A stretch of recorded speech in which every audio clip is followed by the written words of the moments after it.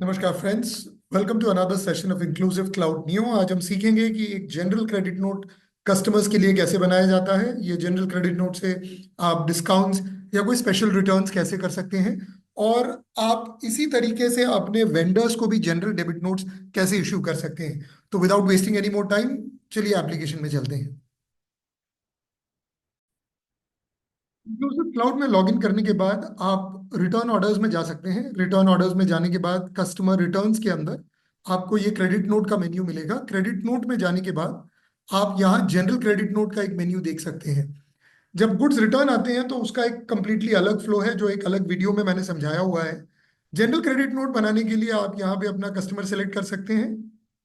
उसके बाद ware house, ये वेयर हाउस इंपॉर्टेंट है क्योंकि जिस वेयर हाउस को आप सेलेक्ट करते हैं, क्रेडिट नोट नंबर उस वेयर हाउस की सीरीज में बनेगा। दूसरा, अगर आप GSTR 1 के लिए इंक्लूसिव क्लाउड यूज करते हैं तो GSTR 1 भी उसी वेयर हाउस के अंदर ये क्रेडिट नोट को शो करेगा।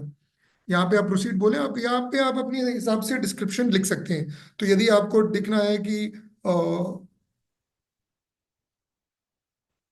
तो आप उसके हिसाब से HSN कोड डाल सकते हैं। क्वांटिटी, अगर आपकी 170 क्वांटिटी ब्रोकन गुड्स की वजह से आ रही है, जिसकी वजह से आप 10 रुपए कम करना चाहते हैं, तो वो कर सकते हैं। HSN, उसके ऊपर क्या लग रहा है, उसका GST परसेंटेज, उसको ऐड करें। और भी कोई आइटम्स हैं तो उसको भी आप डाल सकते हैं। कोई ट्रांसपोर्टेशन चार्जेस हैं तो उसको भी आप मैन्युअली यहाँ पे एज ट्रांसपोर्ट चार्जेस ऐड कर सकते हैं, और यहाँ पे ऐड कर सकते हैं। आप यहाँ पे अगर कोई राउंड ऑफ देना चाहें तो राउंड ऑफ भी दे सकते हैं। कोई बिल नंबर हो तो आप बिल नंबर भी डाल सकते हैं, और बिल की डेट भी आप डाल सकते हैं। ये बिल नंबर सिस्टम के बिल के साथ कोई वैलिडेशन नहीं करेगा, तो इसके लिए बिल नंबर आप जो डाल रहे हैं वो ध्यान दे के डालें। अगर मुझे कुछ प्राइस डिफरेंस डालना हो तो वो भी डाल सकता हूँ। IRN जनरेट करना हो तो जनरेट IRN को यस बोलना पड़ेगा। यहाँ पे क्रिएट करने पे हमारा कस्टमर क्रेडिट नोट जनरेट हो गया।